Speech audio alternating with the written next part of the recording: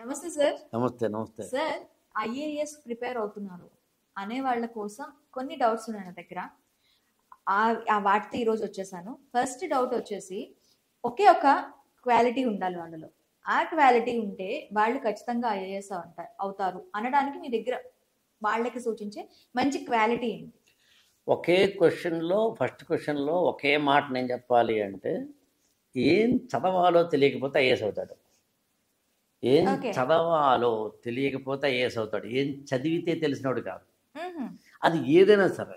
News paper తీసుకుంటే ఏం చదవాలో తెలియాలి. కరెంట్ అఫైర్స్ తీసుకుంటే ఏం చదవాలో తెలియాలి. కరెంట్ అఫైర్స్ కూడా చాలా మ్యాగజైన్స్ ఉన్నాయి. విజన్ ఐఏఎస్ అని, ఇన్సైట్స్ అని ఇలా ఉన్నాయి. ఆ మ్యాగజైన్లో ఏం చదవాలో తెలియాలి, ఏం చదవకూడదో తెలియాలి.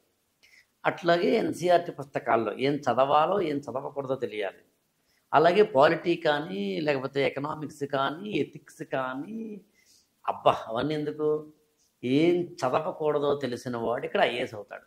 ఏం చదవకూడదో తెలిసిన వాళ్ళు ఐఏఎస్ ఐఏఎస్ అవుతాడు. అవుతారు. అందులో కోచింగ్ సెంటర్లు అయినా, లేకపోతే ఈవెన్ మాలాంటి అంటే నేను కొంచెం స్పెషల్గా కోచింగ్, మెంటరింగ్ కోచింగ్ తోటి కలిపి చెప్తాను కాబట్టి రెగ్యులర్ ప్లాట్ఫామ్ కాదు కాబట్టి అలా అనుకున్నా ఎవరైనా సరే స్టూడెంట్కి చెప్పాల్సింది ఏంటి అంటే, ఏం చదవకూడదో చెప్పాలి, ఏం అంటే ఏ పనులు చేయకూడదో చెప్పాలి.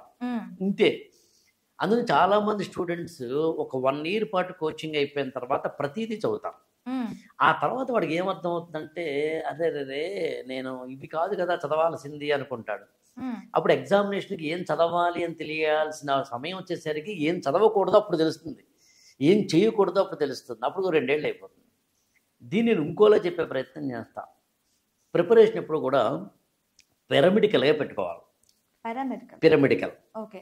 అంటే కింద నుంచి బేస్ పైకి వెళ్ళేసరికి ఫస్ట్ మొత్తం టోటల్ ఏవైతే సిలబస్లో ఉంటాయో వాటింటే ఒక రీడింగ్ ఇవ్వాలి.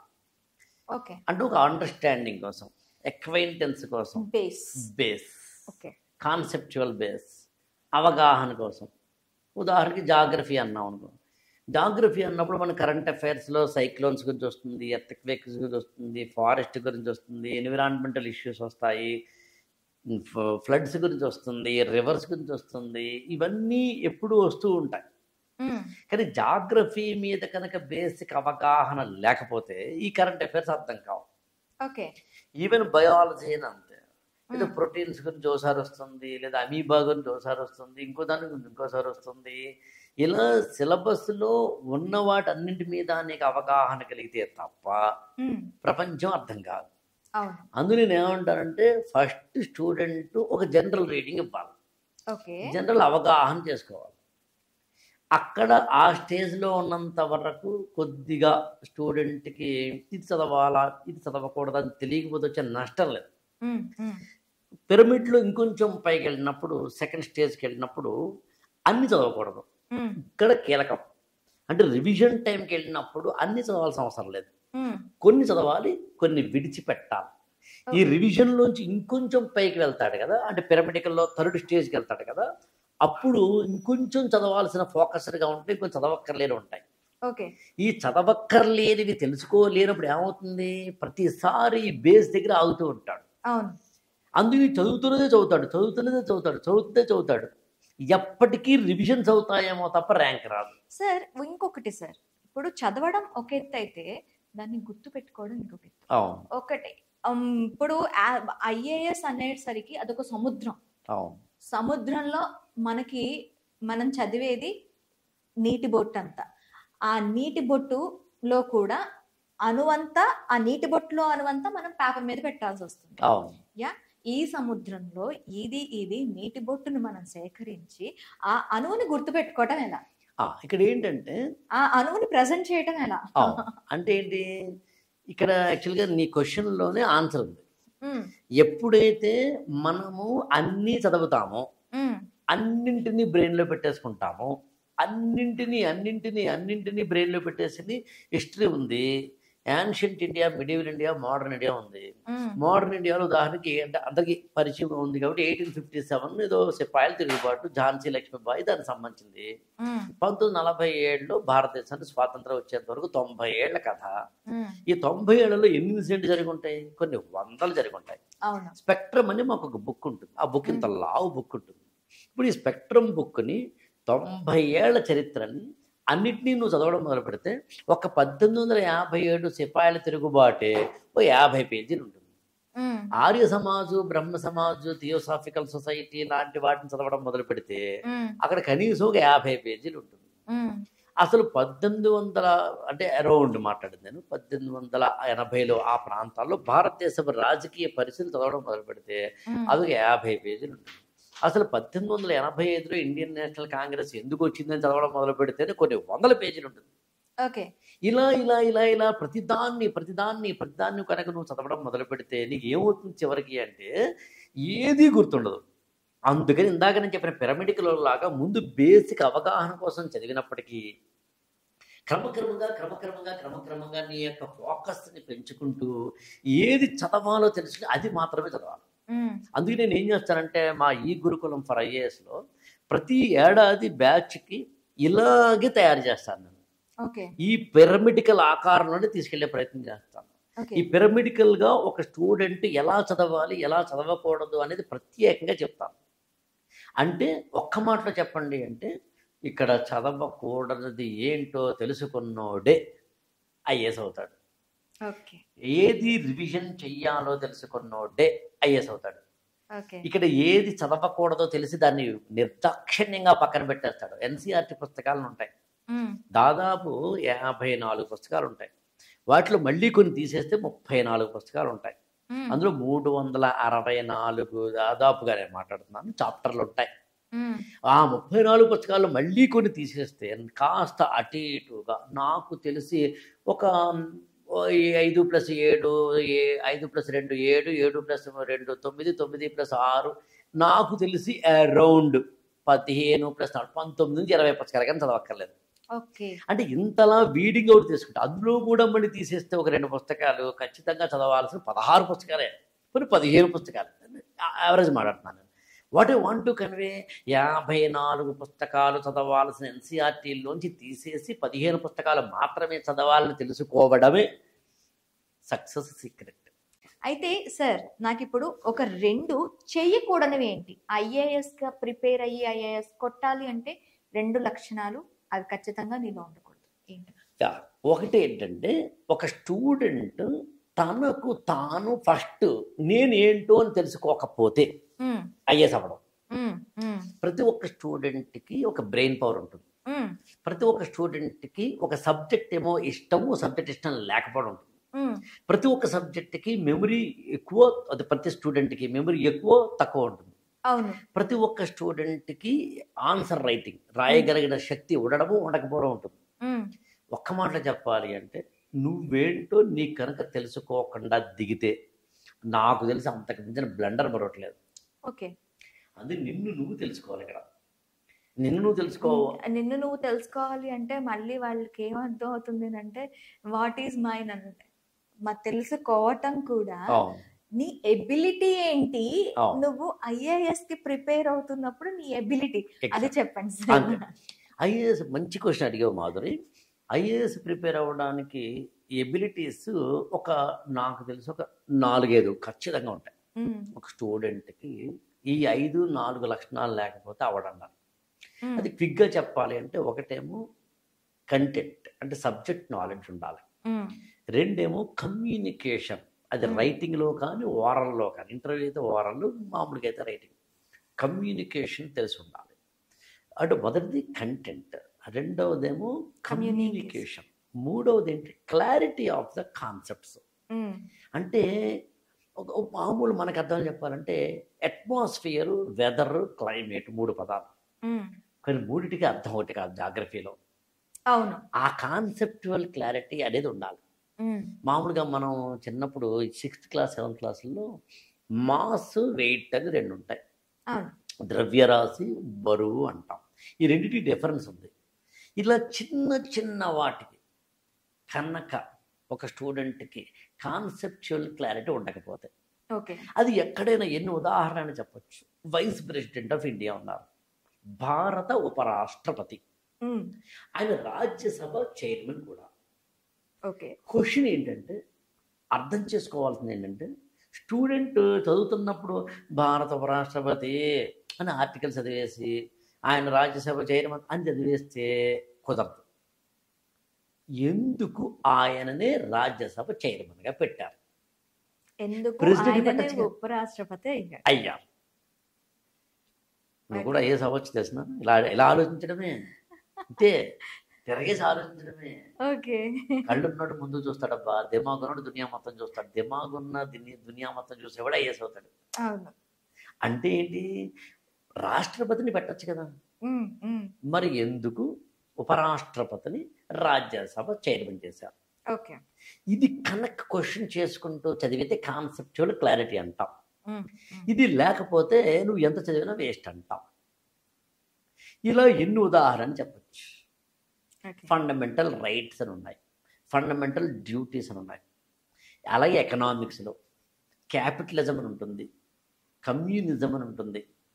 అలాగే world war first world war జరిగింది 1914 నుంచి 1918 అరౌండ్ 19 వరకు.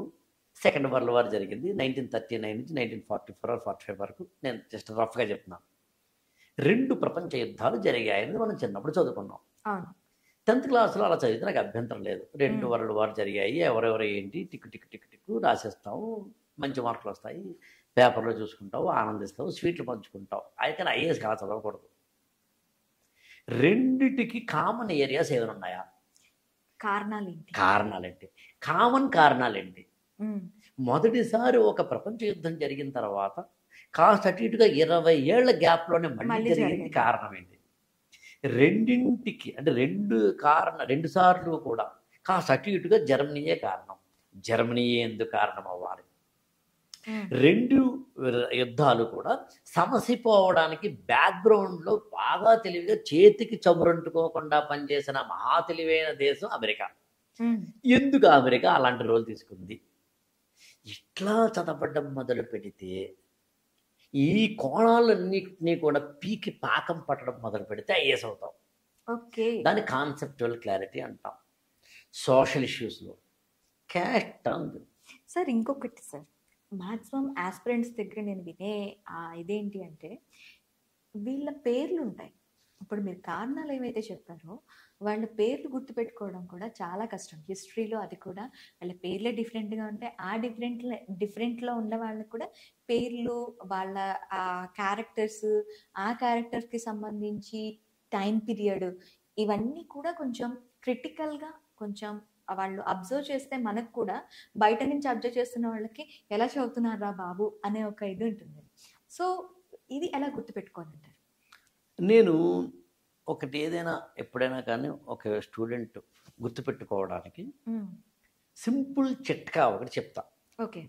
ఏంటంటే అది నువ్వు చదువుతున్నప్పుడు ఎలా చదివావు అనేది మాత్రమే నీ మెమరీకి కారణం.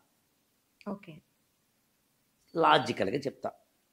నువ్వు మామూలుగా కూర్చుని పేపర్లు తీసుకుని చదవడం మొదలుపెట్టావు. నువ్వు చదువుతూ ఉన్నప్పుడు చక్కగా హాయిగా చదువుతున్నావు, నాకు అభ్యంతరం లేదు. ఏదో టాపిక్ చదువుతూ వెళ్తున్నావు, బాగుంది, చదువుతూ వెళ్తున్నావు, బాగుంది. ఈలోగా ఫోన్ వచ్చింది, వాట్సాప్ ఓపెన్ చేసావు, ఏదో వాట్సాప్లో చెక్ చేసుకున్నావు, ఎస్ నో ఏదో పెట్టావు, మళ్ళీ పక్కన పెట్టావు, మళ్ళీ సెల్ ఫోన్ పక్కన పెట్టి చదువుకుంటున్నావు. మళ్ళీ ఈలోగా ఫోన్ ఏదో వచ్చింది, మాట్లాడుతున్నావు, చెప్పరా, ఓకే గుడ్, వెరీ గుడ్, అది ఓకే, పక్కన పెట్టావు, పెట్టి మళ్ళీ చదువుతున్నావు.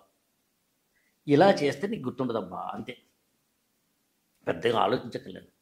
దీనికోసం మహా పెద్ద పండిత వరేణ్యులందరూ వచ్చేసి నీ మెమొరీకి దీనికి ఇంకొక స్టెప్ చదువుతున్నారు, చదువుకుంటూ వెళ్ళిపోతున్నావు. కానీ అలా కాదు. చదువుతున్నప్పుడు ఈ కాన్సెప్ట్ ఏంటి అని ఇది ఒక బుక్ అనుకుంటే ఈ పక్కన పేరాల పక్కన పెన్ తోటి రాయాలి. ఈ మొత్తం ఎసెన్స్ని సింగిల్ లైన్లో, 2 లైన్స్లో మొత్తం ఒక 15 వాక్యాల పేరాని 2 లైన్లో పక్కన రాయాలి. అది కూడా రెడ్డింగ్ పెన్తో రాయాలి, పోనీ గ్రీనింగ్ పెన్తో రాయాలి. ఇదే సేమ్ కలర్ ఉండకూడదు. ఇలా రాసేటప్పుడు నీ బ్రెయిన్ ఏం చేస్తుంది? ఆలోచిస్తుంది. ఓకే, అరే 15 వాక్యాలను 2 వాక్యాలుగా రాయాలి అంటే ఇంత కష్టమా అని బ్రెయిన్ షార్ప్ పెయిన్ అవుతూ ఉంటుంది. Then your brain is getting ఆటోమేటిక్గా ఆ చుట్టూ తిరుగుతూ తిరుగుతూ తిరుగుతూ ఉంటుంది కాబట్టి అది బ్రెయిన్లో ఉన్నట్టు లెక్క. అంటే ఇందాకని చెప్పిన దాంట్లో avoid cell phone or any such distractions. Yes. ఇక్కడ ఏంటి, use your little bit of common sense while you are reading any book or whatever. మూడో చెప్తాను, మనం చదివేటప్పుడు ఎంత కాదనుకున్నా ఇది ఒక పేరా అనుకుంటే ఈ పేరాలో అన్నీ ఇంపార్టెంట్ ఉండవు, కీ వర్డ్ ఉంటుంది. రెడ్డింగ్ తోటి ఆ కీ వర్డ్ని నువ్వు బ్లాక్ చేయాలి. అండ్ ఎక్కడైనా ఏదైనా వెరీ ఇంపార్టెంట్ అనుకుంటే వాక్యాన్ని అంతటినీ కూడా బ్లాక్ చేయాలి. ఇప్పుడు ఏమవుతుందో తెలిసిన నీకు, ఇలా తిరిగే చదువుతూ ఉన్నప్పుడు ఆ బ్లాక్స్ ఎక్కడైతే ఉంటాయో అక్కడ నీకు తెలియకుండా నీ బ్రెయిన్ అలా వెళ్తూ ఉంటుంది. నీ బ్రెయిన్ అలా వెళ్తూ వెళ్తూ వెళ్తూ ఉన్నప్పుడు నీకు ఆటోమేటిక్గా నీకు తెలియకుండానే నీ బ్రెయిన్ రివైజ్ చేసుకుంటుంది. ఓకే, దాని గురించి ఆ సిచ్యువేషన్ ఏంటి, దానికి కారణాలు ఏంటి, ఇవన్నీ కూడాను మన ఆ 15 లైన్స్ అనేవి మళ్ళీ మనకి జ్ఞప్తికి వస్తాయి. చూసావా నువ్వు ఐఏఎస్ అవ్వచ్చు అని మళ్ళీ చెప్తున్నాను. దీనికి చిన్న ఎగ్జాంపుల్ మన లైఫ్లో చెప్తా. ఓకే, మామూలుగా మన ఇద్దరిని సరదా తీసుకుందాం. ఓ రోజు మన ఇద్దరికి పరిచయం అయింది ఒక టీవీ స్టూడియోలో, ఎవరో పరిచయం చేశారు. మనం మాట్లాడుకుని మీరేంటండి నేనేంటండి అయిపోయాం. తర్వాత మళ్ళీ 5 ఏళ్లకో 6 ఏళ్లకో మాత్రమే కలిసాం అనుకుందాం. నన్ను గుర్తుపెట్టారా అని నేను నువ్వు అడిగావు అనుకుందాం, అంటాం మనం. ఇప్పుడు అలా కాదు, సిచ్యుయేషన్ నెంబర్ 2. ఆ రోజున 5 ఏళ్ల కిందట ఎవరో పరిచయం చేశారు. తర్వాత అనుకోకుండా సూపర్ మార్కెట్లో నేనేమో ఏదో కొనడానికి వచ్చాను, నువ్వు కూడా కొనడానికి వచ్చావు, బాగున్నారా అన్నాను నేను. మళ్ళీ నా బ్రెయిన్ ఏం చేసింది, అప్పటికి 1 మంత్ ముందు మాట్లాడిన అమ్మాయితోటి మళ్ళీ మాట్లాడడం వల్ల ఇంకోసారి పిక్చర్ వేసుకుంది. ఈసారి మొన్న ఏంటి మీరేంటి నేనేంటి అని మాట్లాడుకున్నాం, ఈసారి మీదే ఊరు నాదే ఊరు అని మాట్లాడుకుని ఉండొచ్చు. అంటే ఇన్ఫర్మేషన్ పెరిగింది, కన్ఫర్మేషన్ పెరిగింది, ఫిక్సేషన్ పెరిగింది. ఇప్పుడు ఇంకోసారి ఇంకో 1 మంత్ తర్వాత ఒక మ్యారేజ్లో, ఆ 1 మంత్ తర్వాత ఒక ఏదో ఏదో ఒక ఫంక్షన్లో, ఆ 1 మంత్ తర్వాత ఇంకొక టీవీ స్టూడియోలో, ఆ 1 మంత్ తర్వాత ఇంకో చోట, ఇలా ప్రతి 1 మంత్కో 15 డేస్కో ఎక్కడో ఒక చోట మనం కలుస్తూ కలుస్తూ కలుస్తూ కలుస్తూ కలుస్తూ కలుస్తూ కలుస్తూ కలుస్తూ ఉంటే ఆటోమేటిక్గా మెమరీలో ఉండిపోతాం. మన ఇల్లు మన ఊరు గుర్తుండడం కారణం అదే, ఎందుకంటే రోజు వెళ్ళొస్తాం కాబట్టి. ఇప్పుడు తిరగాయి నువ్వు ఇలాగ ఎప్పుడైతే ఇంపార్టెంట్ అన్నీ అండర్లైన్ చేసావో లేదా బ్లాక్ చేసావో లేదా రౌండ్ చేసావో, అది కూడా వేరే ఇంక్ పెన్ తోటి 5 రోజుల తర్వాత ఒకసారి తిరగాయి, 10 రోజులకు ఒకసారి తిరగాయి, 1 వీక్ ఒకసారి తిరగాయి, రాత్రి పడుకునే ముందు తిరగాయి, ఆ రోజు ఏం చదివావో అప్పుడు ఆటోమేటిక్గా గుర్తుంటుంది. ఎందుకంటే బ్రెయిన్ దాంతో ఏమవుతుంది, ఆట ఆడుకుంటోంది, ఫ్రెండ్షిప్ చేసుకుంటోంది, లవ్ లో పడుతోంది, దాంతో బాండింగ్ ఏర్పడుతుంది. మనం ఇంతవరకు చేయాల్సిన వాటి గురించే మాట్లాడుకుంటున్నాం. యాక్చువల్లీ నా క్వశ్చన్ ఈస్ మనం ఏం చేయకూడదు, 2 లక్షణాలు. యాక్చువల్గా మాధురి ఇవన్నీ చేయట్లేదు కదా, అదే చేయమంటున్నాను నేను. అంటే మెమొరీకి సంబంధించి నువ్వు అడిగావు. ఇక్కడ ఇంకొక పాయింట్ చెప్తాను. నేను ఏదైనా ఒక పుస్తకం చదువుతాను అనుకున్నాను, నేను చదువుతుంటే నువ్వు నమ్మవు, at any point of time లీనమైపోయి అందులో తపస్సు చేస్తున్న వాళ్ళ లీనమైపోయి చదువుతాను. నేను ప్రతిదీ నోట్స్ రాసుకుంటాను. సరే, నోట్స్ అంటే మొత్తం ఉన్నదంతా యాజిగా రాయడం కాదు, పాయింట్స్ ఏవి కావాలో అవి తీసుకుంటాను. అక్కడ 3 పెన్నులు వాడతాను నేను. Red ink pen, green ink pen, black I love అది బ్లాక్, బ్లూ వాడను నేను. అంటే ఒక కాన్సెప్ట్కి రెడ్ వాడతా, ఇంకో కాన్సెప్ట్కి గ్రీన్ వాడతా, ఇంకో కాన్సెప్ట్కి ఏమో బ్లూ వాడతా, బ్లాక్ వాడతా. ఇప్పుడు ఈ 3 రకాల పెన్నులను ఎప్పుడైతే వాడుతున్నానో నాకు ఏది ఎప్పుడు ఆ పేజ్ చూసినా భలే మొత్తం కాన్సెప్ట్ అంతా గుర్తొస్తుంది. అది నాకు ఏ పుస్తకం చదివినా ఆ పుస్తకం నా బ్రెయిన్ ఉండిపోతుంది. నేను మనుషుల్ని ఎప్పుడైనా, మరి నువ్వు గమనించావో తెలియదు కానీ ఇంతకుముందు కూడా ఒక ఇంటర్వ్యూలో చెప్పాను, మరి నాకు రీసెంట్గా ఒక ఆవిడ ఫోన్ చేశారు. సరే గుర్తున్నానా అన్నారు ఆవిడ. గుర్తున్నారా అనగానే నేను మనం మెమరీ యాక్టివేట్ అవుతుంది. గుర్తున్నారా అనగానే మీరు హిమాయత్ నగర్లో మినర్వా హోటల్ దగ్గర నేనేమో కారు పార్కింగ్ ఇచ్చి లోపలికి వెళ్తున్నాను. మీరు మీ కోడలతోటి అప్పుడు ఉన్నారు, మీరే కదా అన్నాను. ఆవిడ అసలు ఏంటి సార్ ఇంత మెమరీ ఏంట. 99.9% నేను ఒక మనిషితో మాట్లాడుతున్నప్పుడు ప్రింట్ చేసుకుంటాను బ్రెయిన్లో, క్యాజువల్గా మాట్లాడను. మీరెవరు, మీ పేరేంటి, okay so and so, including the dress, including the attire, including the body language, everything బ్రెయిన్లో పెట్టుకుంటాను. అంతలా ప్రింట్ చేసుకుంటా. ఎక్కడ ఉంది రహస్యం చెప్తాను మీకు. ఇన్వాల్వ్మెంట్లో ఉంది. Okay, if you are involving, నువ్వు ఒక దాంట్లో ఇన్వాల్వ్మెంట్ ఉంటే అక్కడ నీకు గుర్తుంటుందబ్బా. అందుకని సినిమాలు మనం బాగా గుర్తుంటాయి. నువ్వు ఎప్పుడైనా గమనించావు లేదో, హీరోయిన్ బస్సులో వెళ్తోంది, హీరో గుర్రం మీద వెళ్తున్నాడు అని నేను చెప్పిన వెంటనే నాకు తెలిసి నీకు కూడా నాకే అడిగారు లాస్ట్ టైం మగధీర గుర్తొచ్చేసింది. ఎస్, అప్పుడు కాజల్ది వైట్ చున్నీయా బ్లాక్ చున్నీయా గుర్తొచ్చేసింది. ఎందుకనంటే సినిమా హాల్లోనూ క్యాజువల్గా కూర్చోలేదు, అక్కడ ఫోకస్ పెట్టాను. ఎగ్జాక్ట్లీ, కాన్సన్ట్రేషన్ పెట్టావు, ఫోకస్ పెట్టావు, లీనమయ్యావు, ఇన్వాల్వ్ అయ్యావు. నేనే ఉన్నానంటే పుస్తకాల దగ్గర అలా లేను. నీకు ఎగ్జామ్ హాల్లో మగధీర సినిమాలో హీరో హీరోయిన్లు ఎవరు నడకపోవచ్చు, పుష్ప 2లో హీరో ఎవరు నడకపోవచ్చు, సామి సామి సినిమా ఎందులో పాట ఎందులో నడకపోవచ్చు, లిటిల్ హార్ట్స్ అనే సినిమాలో హీరో ఎవరో మౌలియా గోలియా నడకపోవచ్చు, ఇలాంటివి ఏమీ నడకపోవచ్చేమో. కానీ ఇందాక నుంచి మనం మాట్లాడుకుంటున్న ఏవైతే ఇండియన్ కాన్స్టిట్యూషన్ గురించో, ఇండియన్ హిస్టరీ గురించో, లేకపోతే కరెంట్ అఫైర్స్ గురించో, మోడీ ఏ దేశం వెళ్ళారు ఏ దేశం వెళ్ళలేదు దాని గురించో, ట్రంప్ మన మీద వేస్తున్న టారిఫ్ల గురించో మాత్రం అడుగుతాడు. కాబట్టి వీటన్నిటిని గుర్తుంచుకుంటే నీ జీవితం బాగుంటుంది. అంతే.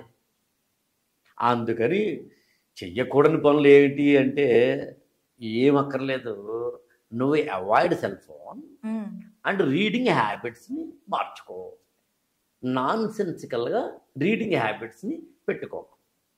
ఇందాక నా మాధురి నేను ఒక పిరమిడికల్ చెప్తూ మనం ఇలా వచ్చాం కాబట్టి ఆ పిరమిడికల్ చెప్పేసి ముగిస్తా. మనం ఏమన్నా అంటే కాన్సెప్ట్స్ తెలియాలి, కంటెంట్ తెలియాలి, కమ్యూనికేషన్ ఉండాలి, దాంతోపాటు 4వది క్లారిటీ ఉండాలి, 5వది కమిట్మెంట్ ఉండాలి. 5 Cలు చెప్పడం నా ఉద్దేశం ఇక్కడ. Content, communication, clarity, commitment and more over concept. ఈ 5 తెలిసిన వాడు ఐఎస్ అవుతాడు. ఈ 5 తెలుసుకోకుండా చదవడం అనే మిస్టేక్ చేయొద్దు. సో నువ్వు ఏ 2 చేయకూడదు అన్నావు అన్నదన్న చేసే సమాధానం ఏంటంటే, నిన్ను నువ్వు తెలుసుకోకుండా ప్రిపేర్ అవ్వద్దు మొదటిది. 2వది వెరీ వెరీ ఇంపార్టెంట్. ఇంతవరకు చెప్పిన దాంట్లో ఏంటంటే 5 Cలు తెలియకుండా ఉండకుండా ముందుకెళ్ళు. అంతే. ఓకే. అయితే సార్, ఐఏఎస్లు ప్రిపేర్ అయ్యేటప్పుడు గ్రూప్ కమ్యూనికేషన్స్ మనం ఎక్కువగా చూస్తూ ఉంటాం. గ్రూప్గా కూర్చొని ఒకరికి ఒకరు చెప్పుకోవటం, ఒకరు ఇలా మన లైఫ్లో ఐఏఎస్ ఆస్పిరెంట్స్కి ఒక 3 ఫ్రెండ్స్ ఉండాలి అంటారు. సో ఆ ఫ్రెండ్స్ ఏంటి, ఎలాంటి ఫ్రెండ్స్ ఉండాలి ఆ 3 కూడా? సూపర్ మాధురి. అసలు ఫస్ట్ నేను ఏమంటానంటే ఐఏఎస్ ఆస్పిరెంట్కి ఫ్రెండ్స్ ఉండకూడదు, కానీ 3 ఫ్రెండ్స్ ఎవరో చెప్తా. ఫ్రెండ్స్ ఉండకూడదు. సార్ నిజంగా అయిపోతాను సార్. 3 మిత్రులు లేదు సార్, నేను నిజంగా ఐఏఎస్ అయిపోతాను సార్. నేను మళ్ళీ చెప్తాను కదా, నువ్వు ఐఏఎస్ ప్రిపేర్ అయిపోతావు. ఓకే, అయిపోతాను. 3 ఫ్రెండ్స్ ఎవరు ఉండాలో చెప్తా. 3 మిత్రులు. ఫ్రెండ్స్ గ్రూప్ డిస్కషన్ గురించి చాలా జాగ్రత్తగా విను. 20 ఏళ్ల కిందట మనందరికీ కూడా ఇన్ఫర్మేషన్ తక్కువ ఉండేది, చాలా కమ్యూనికేషన్ తక్కువ ఉండేది. అది అసలు ఏదో ఒక ఈనాడు పేపర్లోనో, ఇంకా నేను మాట్లాడుతుంది ఈనాడు అంటే సాక్షి లాంటి పేపర్లు రాకముందు కాబట్టి, ఇంకా 20, 25, 30 ఏళ్ళ నేను ప్రిపేర్ అవుతున్నా, నేను 10th క్లాస్ అవుతున్నా టైమ్స్లో, అంటే 2000 సంవత్సరం కన్నా ముందు తీసుకుందాం. అప్పట్లో ఇన్ఫర్మేషన్ తక్కువ ఉండేది. ఓకే. కోచింగ్ సెంటర్లు తక్కువ ఉండేవి, అలాగే ఫ్యాకల్టీలు తక్కువ ఉండేవారు, మెటీరియల్స్ తక్కువ ఉండేవి.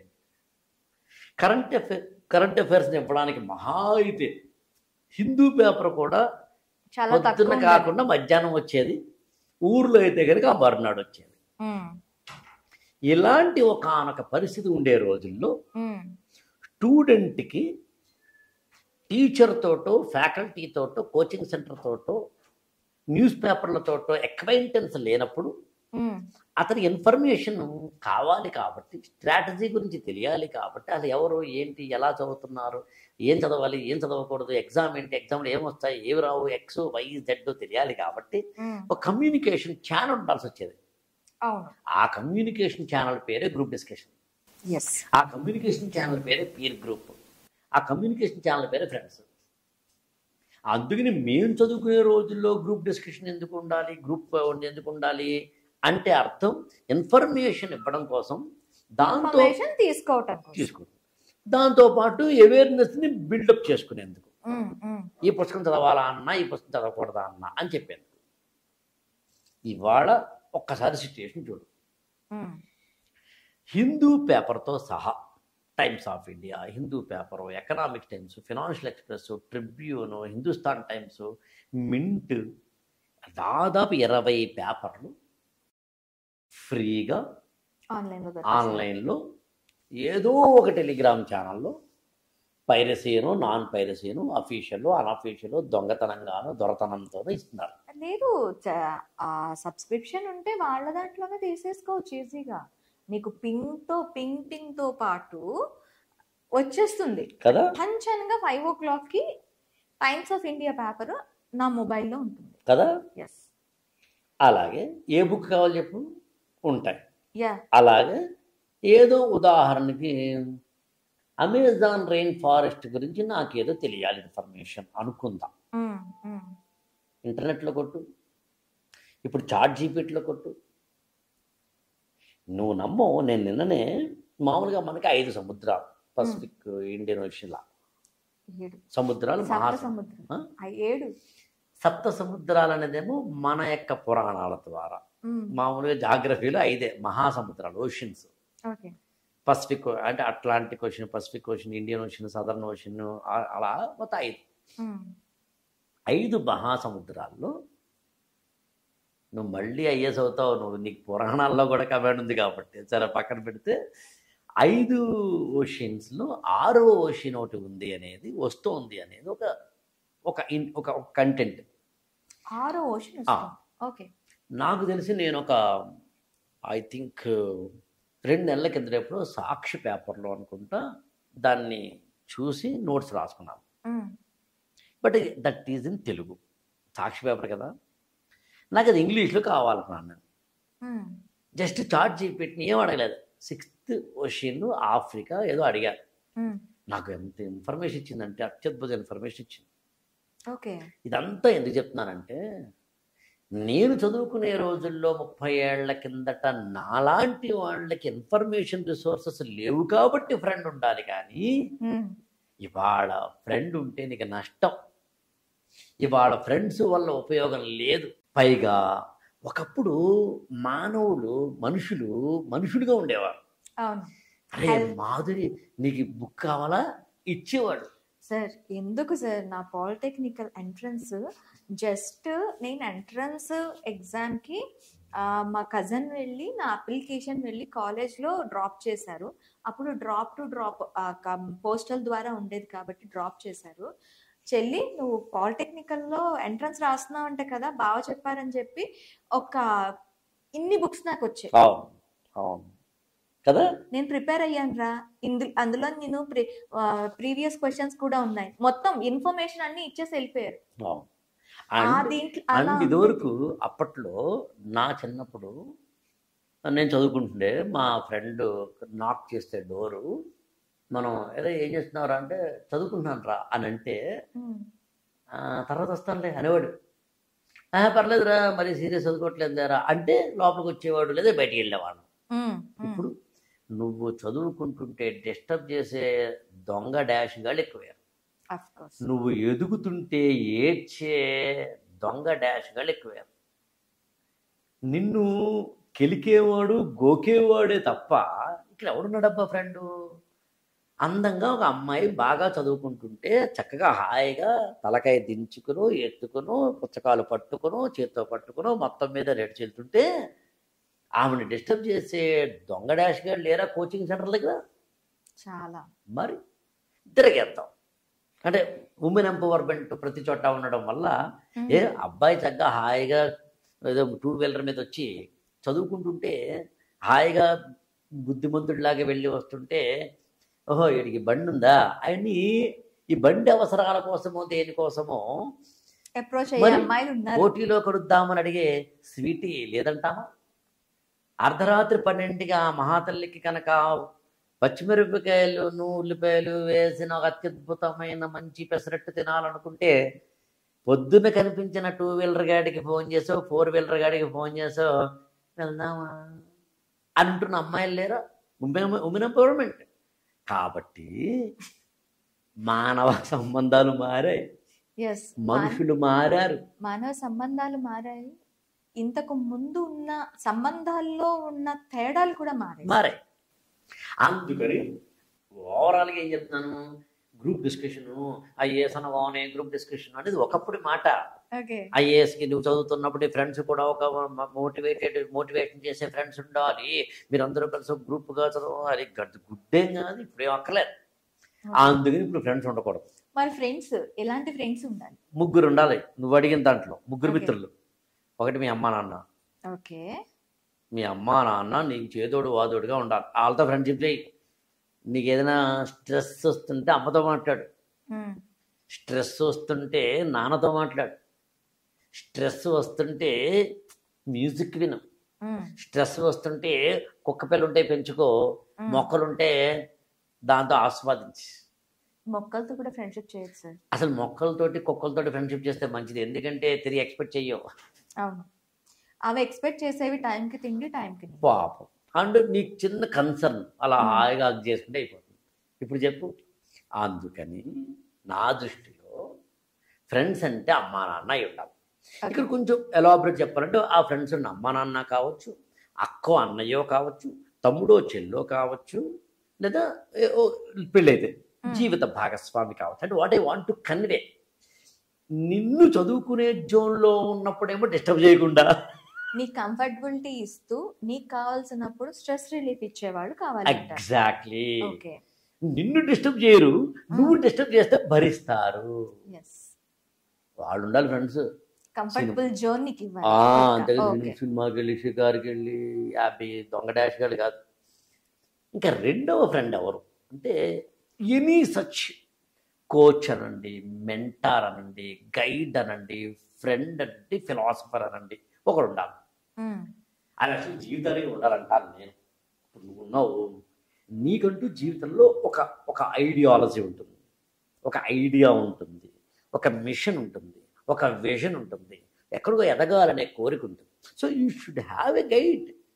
అది నాన్న కావచ్చు, అన్నయ్య కావచ్చు, అక్కయ్య కావచ్చు, భర్త కావచ్చు.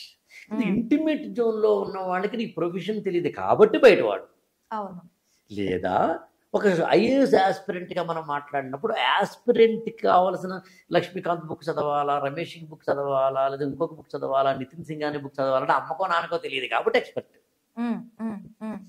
ఫ్రెండ్ అంటే ఇక్కడ అర్థం ఇద్దరు కలిసి కాఫీలు సినిమా అని కాదు. అంటే నువ్వు ఏదైనా సరే మా సార్ తోటి మాట్లాడుకుంటే ఆయన నన్ను ఎంకరేజ్ చేస్తాడు, లేదా డిస్కరేజ్ చేయడు, లేదా నన్ను ఒక ఫ్రెండ్ లాగా ఏం చెప్పాలో ఏం చెప్పకూడదు ఆయన చెప్తూ వెళ్తుంటాడు అనే ఒక ఫ్రెండ్ లాంటి ఫ్రెండ్, గైడ్, ఫిలాసఫర్ అనేవాడు ఉండాలి. దాన్ని మెంటార్ అనే పదం వాడతాం, కోచింగ్ అనే పదం వాడతాం, ఫ్యాకల్టీ అనే పదం వాడతాం. ఇంకా మూడో ఫ్రెండ్ ఎవరు చెప్తే ఆశ్చర్యపోతావు నువ్వు మాధురి, నీకు నువ్వే ఫ్రెండ్. నీకు నువ్వే ఫ్రెండ్ ఉండాలి, ఎవరు ఉండకూడదు. నువ్వుండే రాజ్యాన రాజు నువ్వే, బంటు నువ్వే, మంత్రి నువ్వే, సైన్యం నువ్వే. నువ్వు వెళ్ళే బడిలో ఉన్న పలక నువ్వే, బలపం నువ్వే, ప్రశ్న నువ్వే, బదులు నువ్వే, అన్ని నువ్వే. అన్ని నువ్వే కావాలి, అనునిత్యం పోరాడాలి, అనుకున్నది సాధించాలి. అందుకని ఎవరేమీ అనుకున్న నువ్వుండే రాజ్యాన రాజు నువ్వే, బంటు నువ్వే, మంత్రి నువ్వే, సైన్యం నువ్వే. నీకు నువ్వు ఫ్రెండ్షిప్ ఉండాలబ్బా. శాస్త్రి గారి మాటలు ఇది రాసింది చంద్రబోస్ గారు. ఓకే. నీకు నువ్వు ఉండాలి, నీకు నువ్వు ఉండాలి. ఓకే. నువ్వు నమ్ముతావో లేదో, నేను నాతోటి రోజుకి కనీసం 5-6 గంటలు గడుపుతా. 5-6 గంటలు అంత టైం ఉంటుందా? ఉంటుంది. ఎందుకని? డ్రైవింగ్ చేస్తున్నాం, ఒక్కళ్ళే ఉంటాం, అందుకే డ్రైవర్ కూడా పెట్టుకోండి. Morning meditation, morning walking, morning చిన్న యోగా ప్రాణాయామము, అది ఒక 2 గంటలు వేసుకుంటే మనతో మనమే కదా. నేను భోజనం చేస్తున్నప్పుడు కూడా పెద్దగా మాట్లాడను. ఈవెన్ ఈ మధ్యన అయితే లంచ్ డిన్నర్కి ఎప్పుడైనా అనుకోకుండా బయటికి వెళ్తున్నప్పుడు కూడా ఎవరిని పిలవట్లే. అలా ఒంటరిగా అలా హాయిగా వెళ్ళి కావాల్సింది తిని కావాల్సినంత లోపల మాట్లాడుకుని నీతో నువ్వు మాట్లాడుకో. ఐఏఎస్ ఆస్పిరెంట్గా రాత్రి అయ్యేసరికి ఒక గంట సేపు నీతో మాట్లాడి వాడి పొద్దున్న ఏం చదివే నేను చదవలేదు. ఇది ఒక తపస్సబ్బా. నా గుహలో కుటిలో చీకటిలో ఒక్కడనే ఉండి సుక్కిన రోజులు లేవా అంటాడు శ్రీశ్రీ. నీలో ఆలోచించుకోవాలి. ఇవాళ ఏం చదివాను, ఎకనామిక్స్ చదివాను, ఓకే, బయాలజీ చదివాను, హిస్టరీ చదివాను, ఓకే, ఎలా చదవాలి, ఇంకేం చదవాలి రేపు, ఇలా ఆలోచించుకో. స్ట్రెస్ అవుతుందా? ఇందని చెప్పినట్టుగా అమ్మ నాన్న అక్క చెల్లి. నీకు డౌట్ ఉందా? మెంటార్. ఇంకా 3వడు ఎందుకు, 4వడు ఎందుకు? 3 మిత్రులు అబ్బాయి కదా, 3 మిత్రులు, 3 మనగాళ్ళు. అమ్మ నాన్న అండుకో, మెంటార్ అండుకో, నువ్వు అండుకో, అయిపోయా. ఇంకా పక్కన ఫ్రెండ్, ఆ అమ్మాయి అబ్బాయి అవసరమా? లవ్వు కొవ్వు అవసరమా? అస్సలు లేదు. ఇవన్నీ పెట్టుకో, బట్ ఐఏఎస్ కోరుకోకు. 2 సాధ్యం కాదు కదా. అయితే ఇవన్నీ ఉంటే ఐఏఎస్ పక్కన పెట్టు, ఐఏఎస్ కావాలంటే వీటిని పక్కన పెట్టు. ఈ ప్రపంచం నాకు తెలిసి ఒకటి దక్కాలంటే ఒకటి పోవాలబ్బా. నువ్వు ఇక్కడ ఉన్నావంటే మీ అమ్మాయితో లేవబ్బా, మీ అమ్మాయితో ఇక్కడ లేవబ్బా. 2 చోట సాధ్యం కాదబ్బా. అవును, ఆబ్వియస్ అది. అందుకు జీవితంలో పైకి ఎదగాలి అంటే కొన్ని వదులుకోవాలి. Simple logic. సార్, ఓకే, ఈ 3 ఉన్నాయి. ఐఏఎస్ ప్రిపేర్ అవ్వాలి అంటే నాకు 4 బుక్లు సజెస్ట్ చేయమంటారు. ఇందాకటి నుంచి ఐఏఎస్ అంటున్నారు కదా. నాకు 4 బుక్స్. నేను ఖచ్చితంగా ఐఏఎస్ కావాలి అంటే నాకు ఈ 4 బుక్స్ ఉంటే నువ్వు ఖచ్చితంగా ఐఏఎస్ అవుతావు మాధురి అని చెప్పండి, నేను చదువుతాను. ఐఏఎస్ అవ్వడానికి 4 పుస్తకాలు చదివితే సరిపోతాయి. ఆ 4 పుస్తకాల్లో ఒకటి ఎన్సీఆర్టీలో సెలెక్టెడ్ ఎన్సీఆర్టీ పుస్తకాలు. అసలు నన్ను అడిగితే ఎన్సీఆర్టీలో సెలెక్టెడ్ పుస్తకాలన్నింటినీ కలిపి ఒకే పుస్తకం చేసుకోవచ్చు. ఐ రిపీట్ దిస్ మాధురి, ఎన్సీఆర్టీలో చదవాల్సిన వాటన్నిటినీ కలిపి ఒకే సింగిల్ బుక్ చేసుకోవచ్చు. సింగిల్ బుక్కే. అక్కడ సబ్జెక్ట్ వైజ్ గా తీసుకొని వాటిని పక్కన పెట్టుకోవచ్చు. వాటిని సినాప్సిస్ రాసుకుని ఎలా చూసుకుని సింగిల్ బుక్ ఎన్సీఆర్టీ. అండ్ రెండవది only selected advanced reference books అని ఉన్నాయి. అడ్వాన్స్డ్ రెఫరెన్స్ బుక్స్ అంటే అర్థం ఏంటంటే ఒక్కొక్క సబ్జెక్ట్కి ఒక ఏదో భగవద్గీత, ఖురాను, బైబిల్ లాగా. అది కేవలం 3-4 ఉన్నాయి అంతే. మన వాళ్ళు మొత్తం వెబ్సైట్ చూస్తే ఒక 100 పుస్తకాలు వస్తాయి. యాక్చువల్గా చాట్ జీపీటీని అడిగితే కొన్ని 100 పుస్తకాలు ఇస్తుంది. అని నక్కర్లేదు. కేవలం సెలెక్టెడ్ పుస్తకాలు మహా అయితే మోడర్న్ ఇండియాకి ఒకటేను, నితిన్ సింగ్ అనే కల్చర్కి ఒకటేను, పాలిటైమర్ లక్ష్మీకాంత్కి ఒకటేను, ఈవెన్ ఎకానమిక్స్కి కొద్దిగా రమేష్కి ఒకటేను. అయిపోయిందంతే. ఇంకో పుస్తకం లేదు. చెబుదామన్నా లేదు. సైన్స్ అండ్ టెక్నాలజీకి పుస్తకం అక్కర్లేదు, ఎన్విరాన్మెంట్కి పుస్తకం అక్కర్లేదు, ఇంటర్నేషనల్ రిలేషన్స్కి పుస్తకం అక్కర్లేదు, గవర్నెన్స్కి పుస్తకం అక్కర్లేదు, వరల్డ్ హిస్టరీకి పుస్తకం అక్కర్లేదు, పోస్ట్ ఇండిపెండెన్స్కి పుస్తకం అక్కర్లేదు, సోషల్ ఇష్యూస్కి పుస్తకం అక్కర్లేదు, డిజాస్టర్ మేనేజ్మెంట్కి పుస్తకం అక్కర్లేదు, ఇంటర్నల్ మరి నేను ఇప్పటికే లెక్కేస్తే 9 చాప్టర్లు చెప్పాను, 9 ఏరియాస్ చెప్పాను. 9 ఏరియాస్కి పుస్తకం అక్కర్లేదు అసలు. ఓకే, ఎలా ప్రిపేర్ అవ్వటం? అదే కదా మరి అసలు నేను అనేది అదే. నేనేం చెప్పవలసిన మాధురి అంటే ఇలా చదవండి, ఇలా తెలుసుకోండి. ఇప్పుడు నేను చెప్పిన వాటిల్లో మళ్ళీ ఏమేమి ఎలా చదవాలంటే కొంచెం ఎక్కువ పడుతుంది. కాబట్టి ఇంక ఎపిసోడ్ మంత్రం చేద్దాం. కానీ బేసికల్గా చదవాల్సినందులో ఏంటి అన్నప్పుడు ఉదాహరణకి ఏదో ఒకటి తీసుకుందులోంచి డిజాస్టర్ మేనేజ్మెంట్ తీసుకుందాం. డిజాస్టర్ మేనేజ్మెంట్ అంటే ఏంటి? మనకు అప్పుడప్పుడు భూకంపాలు, ఫ్లడ్స్, కొన్ని ఫ్యాక్టరీస్లో వాటిలో యాక్సిడెంట్స్ లాంటివి, ఇలాంటి డిజాస్టర్స్ లోకల్గా కానీ, స్టేట్ లెవెల్లో కానీ, నేషనల్ లెవెల్లో కానీ, ఇంటర్నేషనల్ లెవెల్లో కానీ జరుగుతాయి. ఉదాహరణ రీసెంట్గా రష్యా ఆ ఏరియాలో భూకంపం వచ్చింది. అవును. అలా. ఇప్పుడు భూకంపం మీద భూకంపాలు అనగానేమి అని జాగ్రఫీలో చదువుతాం. ఇప్పుడు కరెంట్ అఫైర్స్లో కనుక ఈ డిజాస్టర్ చదివితే నువ్వు అంటే కరెంట్ అఫైర్స్లో డిజాస్టర్ మేనేజ్మెంట్ తీసుకుని చదివితే అయిపోయింది. దానికోసం ఒక పుస్తకం ఇంత ఫుల్ బుక్ తీసుకుని చదవాల్సిన అవసరం లేదు. ఓకే. అలాగే పోస్ట్ ఇండిపెండెన్స్కి, వరల్డ్ హిస్టరీకి, మిగతా వాటికి. అంటే ఎండ్ పాయింట్ నువ్వు గమనించాల్సింది ఏంటంటే స్మార్ట్గా థింక్ చేయడం. ఓకే. ఆ స్మార్ట్గా నిన్ను థింక్ చేసి పంపించడానికి ఉన్నవాడినే మెంటార్, కోచ్ అంటారు.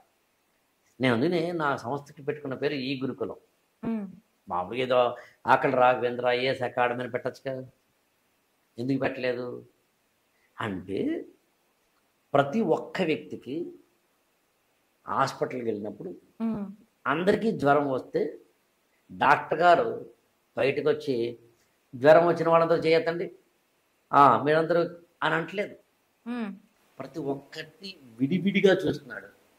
ఎందుకంటే ఎవరి బీపీ వాళ్ళది, ఎవరి షుగర్ వాళ్ళది, ఎవరి బయాలజీ వాళ్ళది, ఎవరి యొక్క ఫిజియాలజీ వాళ్ళది, ఎవరి యొక్క సిమ్టమ్స్ వాళ్ళవి, ఎవరి యొక్క ఇతరత్ర ఎలిమెంట్స్ వాళ్ళవి. ఓకే. అలా అందరు స్టూడెంట్స్కి ఒకే విధమైన కోచింగ్ ఇక్కడ పనిచేయదు. ఓకే. క్లాసులో 100 మంది కూర్చుంటే 100 మందికి ఐక్యూ లెవెల్ ఒకలాగే ఉండదు. Person to person difference. మరి డిఫరెన్స్ అని అన్నప్పుడు మాధురి, మరి నేను నీకు ఒకలాగా ఆయనకు ఒకలా ఇవ్వాలి కదా. అవును. అందుకు నేను ఈ మధ్యన ఏం చేసింది తెలిసిన, ఆశ్చర్యపోతావు, ఒక స్టూడెంట్ ముందు నన్ను కలవాలి. నన్ను సరే కలవడానికి కొంత ప్రొసీజర్ ఉంటుంది, నో డౌట్, కానీ బట్ నన్ను కలవాలి, లేదా వీడియో కాల్ పెట్టుకోవాలి. నేను ఈ కలిసినప్పుడు వీడియో కాల్ పెట్టినప్పుడు ఏం చేస్తానంటే ఆ స్టూడెంట్తో మాట్లాడతాను. అది కూడా చాలా సైకోమెట్రిక్ లాగా మీరు రోజుకి ఎన్ని గంటలు చదివేదారు ఇలా ఉండదు. నాది క్యాజువల్ చదువుతాను, ఏం చేస్తారు మీరు, ఫ్రెండ్స్ ఉన్నారా, ఏం చేస్తారు, ఇలా అడుగుతా. ఈ మాటల్లో మనకు అర్థమైపోతుంది అతను సైకాలజీ ఏంటాడు. దాని ప్రకారం అతను ఐఏఎస్ అవుతాడే చెప్తాను నేను. దానికోసం పెద్దదేం కాదు, నువ్వెవరో చెప్పక్కర్లేదు, నీ ఫ్రెండ్స్ ఎవరో చెప్పు అన్నారు. సింపుల్. అది అలాగే నేను సోషల్ మీడియాలో ఉంటావా అంటే ఉంటాను సార్ అన్నాడంటే అర్థమైపోయింది, సోషల్ మీడియా నీకెందుకు ఐఏఎస్ అవ్వడం కోసం అలా. సో ఒక వ్యక్తికి సంబంధించి అతనికి మాత్రమే సూట్ అయ్యే బుక్స్ లిస్ట్ ఉండదు. ఈ మధ్య నేను ఏం చేస్తున్నానంటే individual customized ultra book list తయారు చేశాను నేను. అంటే నీకు మాత్రమే బుక్స్ లిస్ట్, అందరికీ ఆ బుక్ లిస్ట్ ఇవ్వదలుచుకోలేదు నేను. నీకు మాత్రమే ఒక బుక్ లిస్ట్ ఇస్తా, తప్పదు. ఎందుకో చెప్తాను నీకు ఉదాహరణ. మెడికల్ ఒక అమ్మాయి అనుకుందాం, మెడిసిన్ చదివిన అమ్మాయి.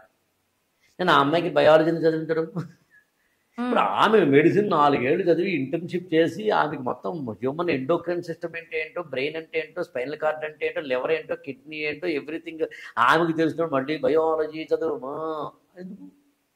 నువ్వు ఎంఏ హిస్టరీ చేసావు అనుకుందాం, హిస్టరీ పుస్తకం చదవక్కర్లేదంటాను ఎందుకు? ఇలా నీకు మాత్రమే సూట్ అయ్యే అందులో ఒక చిన్న టెస్ట్ పెట్టాలనుకుంటున్నాను. టెస్ట్ పెట్టి నీ ఎబిలిటీస్ ఏంటో కనిపెట్టి వాటికి మాత్రమే ఉపయోగపడే బుక్స్ లిస్ట్ ఇవ్వాలనుకుంటున్నాను నేను. నీ దగ్గర కొరతను బట్టి బుక్ సజెషన్ అనేది ఎగ్జాక్ట్.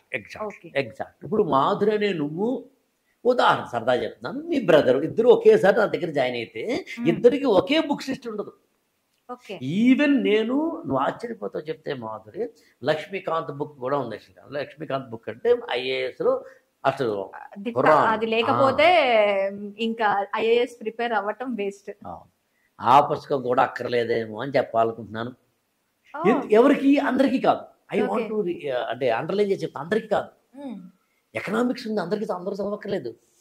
అంటే ఇండివిజువల్గా నీకు మాత్రమే ఉపయోగపడే చెప్పాలి అని. నాకు ఇవాళనే మంత్రం మాట్లాడుకునే సమయానికి ఏఏజీ హాస్పిటల్లో వాళ్ళు ఒక రీసెర్చ్ చేసి వాళ్ళు ఏం చెప్తున్నారంటే నీకు మాత్రమే సూట్ అయ్యే మెడిసిన్స్ ఏంటో చెప్తామని చెప్పి ఒక జెనెటికల్ టెస్ట్ ఒకటి పెడుతున్నారు. వాళ్ళు 5,000 రూపాయలు తీసుకుంటారు. అవును సార్, ఇది ఉంది. అది నీకు ఫ్యూచర్లో వచ్చే వ్యాధులకు సంబంధించి కూడా ముందే రీసెర్చ్ చేసి నీకు ఫ్యూచర్లో ఇవి రాబోతున్నాయి, ఆ రాబోతున్న వాటిని కూడా కంట్రోల్ చేసే టెస్ట్. అలా నేను individual customized ultra books list ఇస్తున్నాను. అది నీకు మాత్రమే. అండ్ దాంతోపాటు నీకు మాత్రం ఉపయోగపడే time table. General time table కూడా ఇవ్వట్లేదు నేను ఈ మధ్యన. మామూలుగా జనరల్ టైం టేబుల్ క్లాసెస్ పరంగా ఉంటాయి, ఇండివిజువల్ మాట్లాడుతున్నాను నేను మళ్ళీ ప్రత్యేకంగా అన్నమాట. ఎందుకని అంటే కాంపిటీషన్ పెరిగింది. పెరిగిన కాంపిటీషన్తో పాటు స్టూడెంట్ తన తాను ఇవాళ చాలా జాగ్రత్తగా చదువుకోవాలి. అలా చదువుకోవాలంటే ఇదిగో ఇలా ఉండాలి.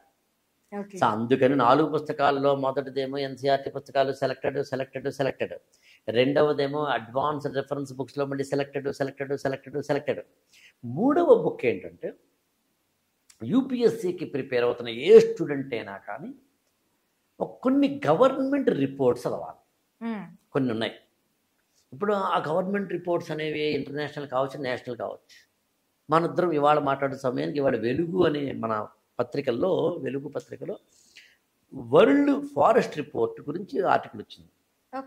అంటే ప్రపంచంలో ఉన్న అడవుల్లో ఏ అడవులు ఎలా ఉంటాయనే దాన్ని బేస్ చేసుకుని ఒక రిపోర్ట్, అది ఇండియాలో కూడా ఇస్తారు. ఇండియన్ ఫారెస్ట్ రిపోర్ట్ అని ఉంటుంది. ప్రతి 2 ఏళ్లకి మన ఇండియన్ గవర్నమెంట్, సెంట్రల్ గవర్నమెంట్ ఇస్తుంది. 2 ఇయర్స్కి ఒకసారి ఇస్తుంది. లేటెస్ట్ అయితే 2023లో వచ్చింది. మనం 2025లో ఉన్నాం. నాకు తెలిసి ఒక 1 మంత్లో రిలీజ్ చేస్తారు. ఇప్పుడు ఇలాంటి రిపోర్ట్లు ఒక 5-6 ఉన్నాయి. అవి తప్పనిసరి చదవాల్సిందే. అలాగే చాలామందికి తెలియని రహస్యం చెప్తాను ఇక్కడ. మామూలుగా ద్రౌపది ముర్ము మన రాష్ట్రపతి కానీ, నరేంద్ర మోడీ గారు భారత ప్రధానమంత్రి కానీ కొన్ని ఉపన్యాసాలు ఇస్తారు.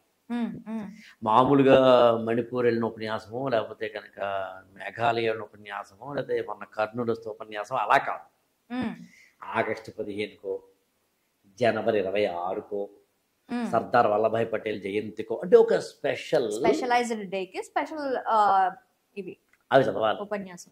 అందులో బిట్లు వస్తాయి, అందులో క్వశ్చన్స్ వస్తాయి. ఓకే. సరే, ఈ మధ్య నరేంద్ర మోదీ మన్ కీ బాత్ అని చెప్పి అంటున్నారు. దీనికి సంబంధించి కూడా లాస్ట్ టైం ఐఏఎస్ పేపర్ లో క్వశ్చన్ ఉందని విన్నాను నేను. అందుకనే మళ్ళీ చెప్తున్నాను, డౌట్ ఐఏఎస్ ప్రిపేర్ అవ్వాల్సిందే. నువ్వు సామాన్యులు కాదు. మన్ కీ బాత్ లోంచి 3 ప్రశ్నలు వచ్చినాయి, అంటే గత 5 ఏళ్లలో. అంటే అర్థం ఏంటి అంటే, what I want to convey, ఇవి ఎవరు చదవరు. కోచింగ్ మాట్లాడితే ఇండస్ వ్యాలీ సివిలైజేషను, సింధు నాగరికత, మొహంజదారో, హరప్ప, 30 సంవత్సరాలు అదే చదువుతాడు. యాక్చువల్గా వద్దు, అలా వద్దు అసలు. దయచేసి అలా వద్దు. Time waste, energy waste, money waste, వయసు వేస్ట్. చివరికి నీకేమో డిప్రెషను. అదే ఇప్పుడు ఎంత కాదు ఫెయిల్యూర్ని మనం ఒప్పుకోం. అవును. అందులో పక్కడి మీద వస్తాం. మా ఆకలి సార్ బాగా చెప్పలేదు, మా కోచింగ్ సెంటర్ వేస్ట్, ఆకలి సార్ ఎక్కడ చెప్పమంటే చెప్పకుండానేమో టీవీలో షోలు తీసుకుంటా అన్న. ఎందుకు రాబోయ్? అందులో నేను ఏమంటాను తెలిసిన, ఐఏఎస్ అవ్వడానికి నువ్వే కారణం, కాకపోయినా నువ్వే కారణం. నువ్వు ఐఏఎస్ అయితే నీ ర్యాంక్ నేను వేసుకోను. ఇవాళ వరకు ఒక్క ర్యాంక్ వేసుకోలేదు నేను. చెప్తా, నా దగ్గర పలానా అద్దంకి శ్రీధరబాబు గారు, సాధు నరసింహారెడ్డి గారు, ఆకురాతి పల్లవి గారు, ఇలాను ఒక 20-30 మినిమం, ఒక 100 మ్యాక్సిమం, 1000 మంది లిస్టు ఇవ్వగలను. అది కాదు, వాళ్ళు చదివేరు అయ్యారు. నేను ఉపయోగపడటం అనేది పాయింట్ కాదు. ఆ మాట కోసం చెప్పింది వాళ్ళు విన్నారు. నేను ఏమంటానంటే, ఆ అన్నం పెట్టిన అమ్మ కూడా నీకు ఐఏఎస్కి ఉపయోగపడింది కదా. సో అందుకని ప్రతి ఒక్కరూ ఏదో ఒక రూపంలో ఉపయోగపడతారు. ఇప్పుడు నేను మధ్య మాట్లాడుతున్నాం అమ్మా, ఎవరో ఈ మాట విన్నారు. ఐఏఎస్ అయితే మాధురి గారండి ఒకసారి మీరు ఆకలి గారు ఇంటర్వ్యూ చేశారు కదండి అని అంటారు. ఇప్పుడు ఆకలి గారండి మీరు మాట చెప్పారండి మాధురి గారి ఇంటర్వ్యూలో అయ్యారంటే ఐఏఎస్ అంటారు. That means they are gratitude యొక్క ఎక్స్ప్రెషన్ తప్పించి కానీ క్రెడిట్ మన అకౌంట్లో ఎలా వేసుకుంటాం? అప్పుడు మా ఇద్దరు ఫోటో తీసుకుని నా ర్యాంక్ ఎలా అంటాను నేను? ర్యాంక్ మా అమ్మాయికి వచ్చిన అబ్బా, ఒకవేళ ప్రిపేర్ అయితే మా అమ్మాయికి మా అబ్బాయికి ఐఏఎస్ వచ్చినా కూడా నేను క్రియేట్ చేసుకోను. వాళ్ళు కదా ఐఏఎస్ అయ్యింది. అందుకని ఐఏఎస్ అవ్వడానికైనా నువ్వే కారణం, అవ్వకపోవడానికి నువ్వే కారణం. అలా అనుకున్నప్పుడు నీకు నువ్వే మిత్రుడు అయ్యే విందని చెప్పిన క్వశ్చన్లో అయితే సార్, ఐఏఎస్ అంటే లాస్ట్ టైం 3 lakhs మెంబర్స్ ఎన్నో అప్లికేషన్స్ వచ్చాయని విన్నాను. ఈసారి ఇంకా దాని గురించి అంటే దీని మీద అవేర్నెస్ పెరగటం కానీ, లాస్ట్ టైం 2024లో తెలుగు రాష్ట్రాల నుంచి ఎక్కువ మంది సెలెక్ట్ అవ్వటం కానీ, మన తెలుగు రాష్ట్రాలలో దీనిపైన ఒక అవగాహన పెరిగి ఇంకా ఎక్కువ మంది దీని మీద కాన్సన్ట్రేట్ చేస్తున్నారు. ఒక మహాయుద్ధం. ఈ యుద్ధంలో నువ్వు గెలవాలి అంటే నీకు ఉండాల్సిన 5 అస్త్రాలు. 5 అక్షరాన్ని పాంచజన్యం పూరించినట్టుగా చెప్తాను. నాగాస్త్రము, వరుణాస్త్రము, పాశుపతాస్త్రము, అలాగే ఓకే.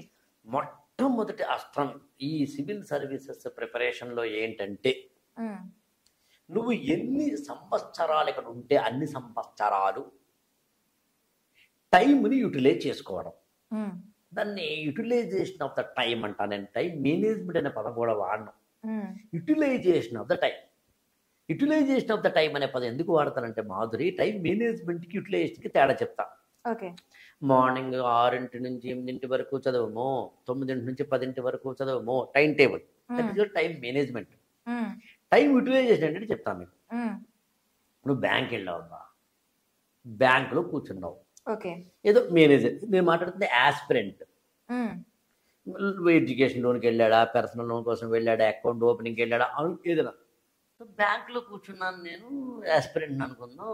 ఏంటంటే మేనేజర్ ఎప్పుడవుతాడో, ఏ మేనేజర్ అందరూ అని తిట్టుకుంటూ కూర్చోవడమో, లేకపోతే కనుక రీల్స్ చూసుకుంటూ, ఒక ఆవిడేమో డ్యాన్స్ చేస్తూ ఉంటుంది, మిసాల పిల్ల ఆ పాటకి డ్యాన్స్ చేస్తూ ఉంటే ఓ నువ్వు చూసేస్తూ ఇలా గడుపుతున్నావా? నేను కూర్చున్నది ఇప్పుడు స్టేట్ బ్యాంక్ ఆఫ్ ఇండియాలో. అసలు స్టేట్ బ్యాంక్ ఆఫ్ ఇండియా ఎప్పుడు వచ్చింది? నేషనలైజ్ ఆఫ్ బ్యాంక్స్ ఎప్పుడు జరిగింది? బ్యాంకులు ఎన్ని రకాలు? ఈ మధ్యన మెర్జర్స్ ఆఫ్ బ్యాంక్స్ అంటే ఏంటి? రిజర్వ్ బ్యాంక్ అంటే ఏంటి? ఎస్ఎల్ఆర్ అంటే ఏంటి? సిఆర్ఆర్ అంటే ఏంటి? బ్యాంక్ రేట్ అంటే ఏంటి? రెపో రేట్ అంటే ఏంటి? రివర్స్ రిపోర్ట్ అంటే ఏంటి?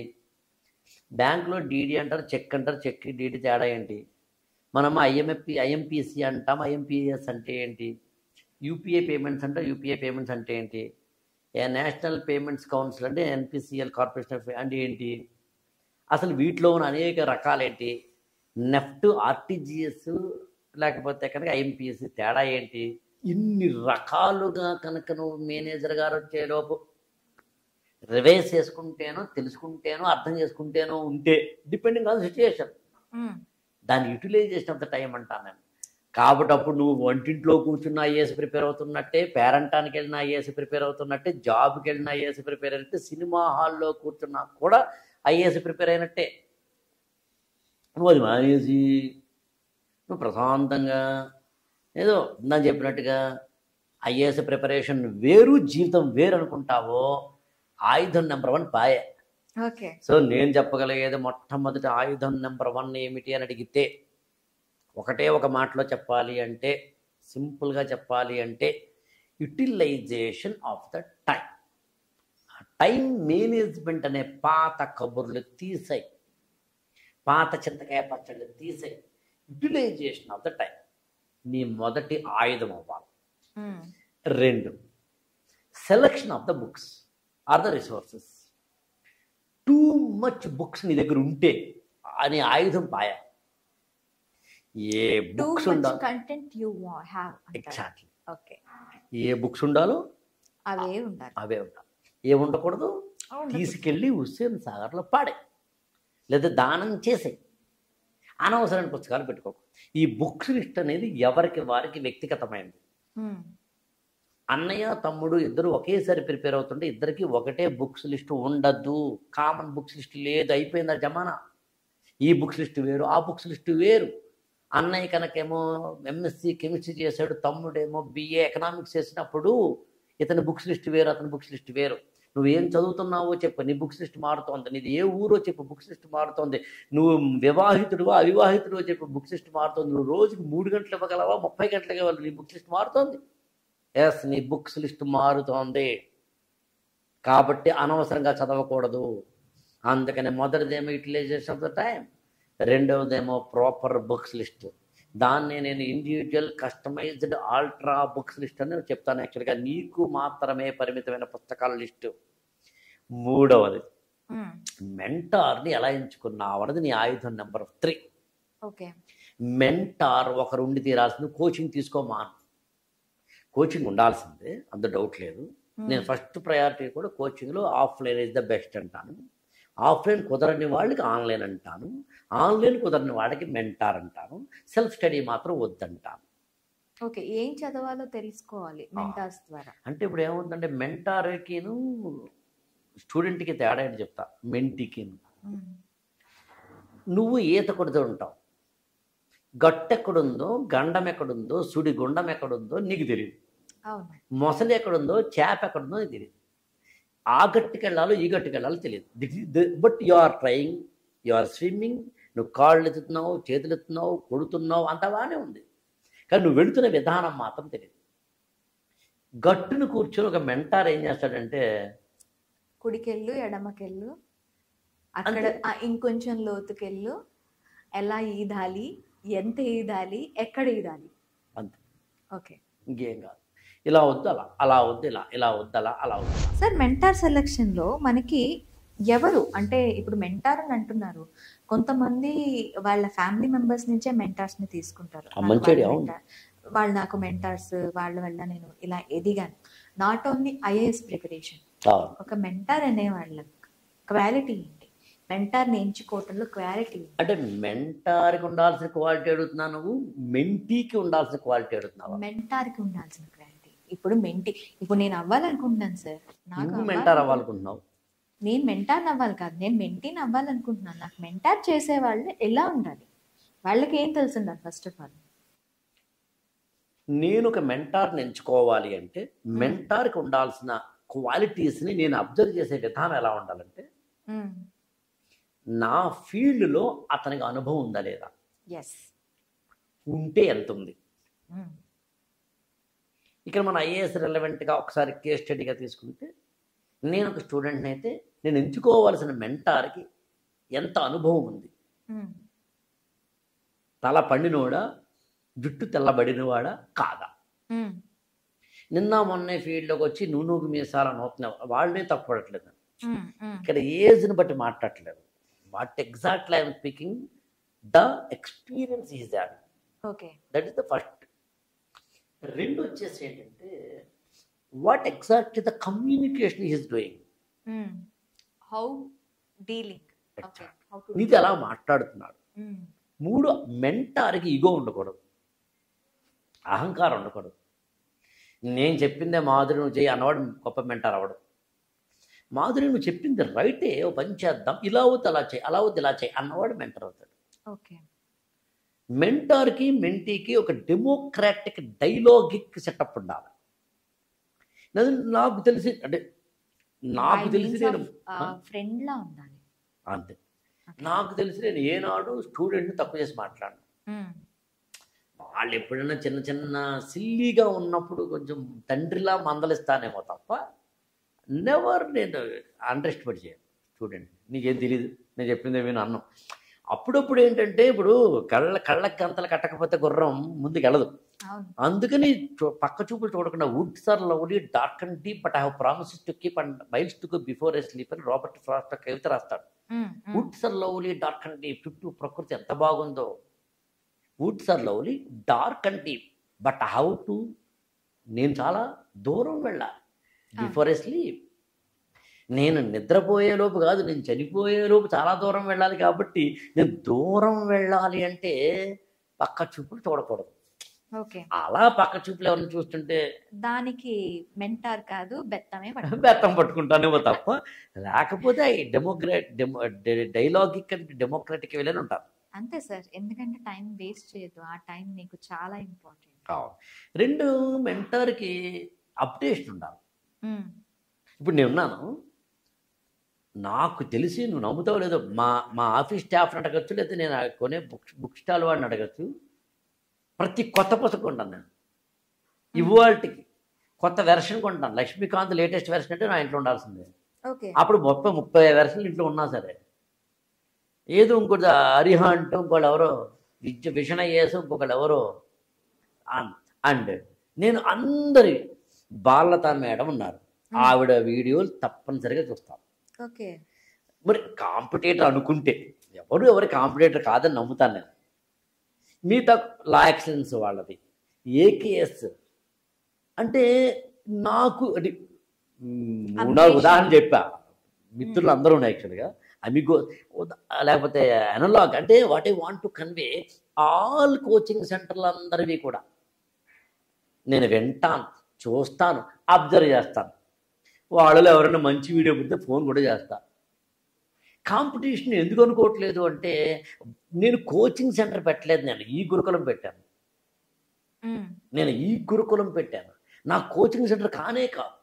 నేను కోచింగ్ ఇవ్వటం లేదు, నేను ర్యాంకర్ల పేర్లు వేసుకోను, నాకు ర్యాంకర్లతో పని లేదు. నేను అందుకే స్టూడెంట్ నా దగ్గర జాయిన్ అయినప్పుడు ఒక సెల్ఫ్ డిక్లరేషన్ ఫామ్ రాయించుకుంటా. ఆకళ్ళ గారు నాకు ర్యాంకులు ఇస్తారనే హామీ ఇవ్వలేదు, ఇది తెలిసే జాయిన్ అయ్యాను, గొడవలేదు. అంటే what I want to convey, నేనేం చెప్పొచ్చానంటే మెంటార్ అనేవాడు అప్డేట్ అవ్వాలని. మార్కెట్లో ఎక్కడ ఎవరు ఏమిటి తెలియాలి. సో మెంటార్ని సెలక్షన్ చేసుకోవడం అనేది 3వ ఆయుధం. మొదటిది యూటిలైజేషన్ ఆఫ్ ద టైం ఆయుధం, రెండవదేమో సెలక్షన్ ఆఫ్ ద బుక్స్ ఆయుధం, మూడవదేమో సెలక్షన్ ఆఫ్ ద మెంటార్ ఆయుధం. 4వది వెరీ వెరీ ఇంపార్టెంట్ ఆయుధం ఏంటి అంటే డైరీ రాయడం. డైరీ రోజు అసలు నేను ఆ మాటకు వస్తే మాధురి నీకు కూడా చెప్తాను అబ్బా, ఇవాళ రోజు డైరీ రాయి. రోజు డైరీ రాత్రి పడుకునే ముందు ఒక అరగంట, పావు గంట, 10 నిమిషాలు, 1 పేజీ, 1 పేర, 10 లైన్లు కేవలం నీ గురించి రాసుకో. 6 నెలల తర్వాత నీలో వచ్చే మార్పు ఆశ్చర్యపోతాను, ఆశ్చర్యపోతావు. నాకు తెలిసి నేను 40 ఏళ్ళుగా డైరీలు రాస్తున్న వ్యక్తిగా మాట్లాడుతున్నాను. 40 ఏళ్ళుగా అంటే ఇవాళ నాకు 50 40 ఏళ్ళు కాదు, అంతే అరౌండ్ 35 ఏళ్ళుగా పోని. నాకు తెలిసి నేను 8th క్లాస్లో స్టార్ట్ చేశాను అమ్మ డైరీ రాయడం. అంటే 13 ఏళ్ల వయసులో స్టార్ట్ చేశాను. ఇవాళ నాకు 51 ఉన్నాయనుకుంటే కానీ 51 - 13 ఎంతైతే అన్నేళ్ళబ్బా. కావాలంటే రా, నా ఇంటికి చూపిస్తాను. నిన్న రాత్రి రాసిన డైరీ కూడా చూపిస్తా. మరి అంటే డైరీ రాస్తే ఎక్స్ప్రెషన్ బలమవుతుంది. ఇవాళ ఎందుకు చేయరు? ఇవాళ అందరూ స్టూడెంట్స్ ఏం చేస్తున్నారు, వెంటనే టెక్స్టింగ్, చాట్ జీపీటీ, ప్రోప్లెక్స్ ఏదో ప్లెక్స్ది, ఇంకోటి గూగుల్, ల్యాప్టాప్. నాకు ఎప్పటికి గుర్తు, చాలామంది స్టూడెంట్స్ ల్యాప్టాప్లో అదే పీడిఎఫ్ రూపంలో నాకు చూపిస్తే నేను యాక్సెప్ట్ చేయను. అసలు నీ చేతి రాతేది. ఈవెన్ కొంతమంది నాకు రోజు రాత్రి అయ్యేసరికి రిపోర్ట్ ఇవ్వాలి. ఆ రిపోర్ట్లో కూడా యాక్చువల్గా టెక్స్టింగ్ చేస్తారు. యాక్చువల్గా చేతి రాత రాయవయ్య అంటాను నేను. ఎందుకని అంటే ఐఏఎస్ ఎగ్జామినేషన్లో చేతి రాత రాయాలి కదా, టైం లిమిట్ లో రాయాలి, వర్డ్ లిమిట్ లో రాయాలి, వర్డ్ టు వర్డ్ రాయాలి, అర్థవంతంగా రాయాలి. మరి ఇప్పుడు ఐఏఎస్ ఎగ్జామినేషన్లో నువ్వేమో 3 గంటల పాటు చెయ్యి పట్టేసినా సరే 30 ప్రశ్నలకి టక్ టక్ టక్ టక్ టక్ మన ఆన్సర్ రాయాలి అనేది అయినప్పుడు మొదటి ఆన్సర్ ఏమో చాలా అందంగా ముత్యాల కోవలా వచ్చి చివరికి వచ్చేసరికి ఏమో అది ఏమవుతుందో తెలియని కానక పరిస్థితిలో నువ్వు ఉన్నప్పుడు ఇప్పుడు చెప్పు ఉండద్దా? అందుకు నేనేమంటానంటే ఆయుధం నెంబర్ 4. ఆయుధం నెంబర్ 5 అసలైంది ఏంటి అంటే నీ మీద నీకు ఎంత నమ్మకం ఉన్నది ఐఏఎస్. నిన్ను నువ్వు నమ్ము ముందు, ప్రపంచాన్ని కాదు. తక్కువ యూట్యూబ్ చూడు, తక్కువ మాటలు విను, బలంగా నిన్ను నువ్వు నమ్ము. ఒక ఊర్లో ఏదో ఒక కొండ ఎవరెక్కితే వాళ్ళకి ఫస్ట్ ప్రైజ్ అంటే 10 మంది ఎక్కారు. ఎక్కడో స్టార్ట్ చేస్తే ఒకడేమో కింద పడిపోయాడు, రెండోవాడు కింద పడిపోయాడు, అలా ఒకడు మాత్రం పైకి వెళ్ళాడట. వాడు కింద దిగిన తర్వాత అందరూ సన్మానం చేసి అబ్బాబ్బా ఎంత బాగా అత్యద్భుతంగా, నీ సీక్రెట్ ఏంటి అంటే వాడికి యాక్చువల్గా వినపడదు. సో పైకి ఎక్కుతున్నప్పుడు 10 మందితో సమానంగా వాడు ఎక్కుతున్నప్పుడు జాగ్రత్త కింద పడతావు, జాగ్రత్త అలా పడతావు, జాగ్రత్త ఇలా పడతావు, జాగ్రత్త ఆ పక్కన జాగ్రత్త ఇది పట్టుకో అని కింద నుంచి చెప్తున్నప్పుడు మిగతా వాళ్ళందరికీ అవి వినపడటం వల్ల భయపడి అరే ఇంకా చాలా ఎత్తుంది, అరే ఇంకా అప్పుడేనా, అరే ఇంకా బోల్డ్ అంతుంది, అరే అనేసరికి నెగిటివ్ మాటలు వినడం వల్ల మిగతా వాళ్ళందరూ కింద పడ్డారు. వీడికి వినిపించదు. కాబట్టి అందుకు నేను ఏమంటానంటే ఐఏఎస్ ప్రిపేర్ అయ్యేవాడు ఎవడి మాట వినకు, ఒకటి మాటే విను. Mentor or coach or coaching whoever maybe. నువ్వు ఓ కోచింగ్ సెంటర్లో జాయిన్ అయ్యి ఇంకో కోచింగ్ సెంటర్ వాళ్ళ వీడియోలు చూస్తావు పెట్టరా? ఎందుకు నీకు అంటే పచ్చిగా చెప్పాలా, ఒకరిని పెళ్లి చేసుకున్న తర్వాత వాడితో స్నేహం చేయి, మళ్ళీ ఇంకోటితో స్నేహం చేస్తావేటి? అవసరమా ఇప్పుడు వీటితో చాటింగ్? నువ్వు కోచింగ్ సెంటర్ జాయిన్ అయ్యావు కదా, ₹1,00,000 ₹2,00,000 కట్టావు కదా, ఇంకో కోచింగ్ సెంటర్ ఉంది నీకు, అవసరం ఏంటి నీకు? సో ఇట్లా నిన్ను నువ్వు మోసం చేసుకుంటావు. ఈ ప్రాసెస్లో నిన్ను నువ్వు నమ్ముకో అబ్బా. రాకపోయినా కనీసం కంటెంట్ బాగా ఉంటే కోచింగ్ సెంటర్ పెట్టుకో. బాగా ప్రిపేర్ అయితే ఐఏఎస్ అవుతావు అబ్బా, అవ్వకపోతే కోచింగ్ సెంటర్ పెట్టుకో, కంపెనీ పెట్టుకో. అందుకని నేను 5 ఆయుధాలు ఉన్న వాళ్ళు ఐఏఎస్ అయి తీరతారు. ఐఏఎస్ అనే కురుక్షేత్ర సంగ్రామంలో విజయుడై అర్జునుడై ముందుకు వస్తారు. మిగతా వాళ్ళందరూ రాలిపోయే పువ్వా నీకు రాగాలు ఎందుకని పాటలు పాడుకోవాల్సి వస్తుంది. Okay sir, thank you very much. Thank you so much. IAS for all ఛానల్ని సబ్స్క్రైబ్ చేసుకోండి, లైక్ చేయండి, షేర్ చేయండి.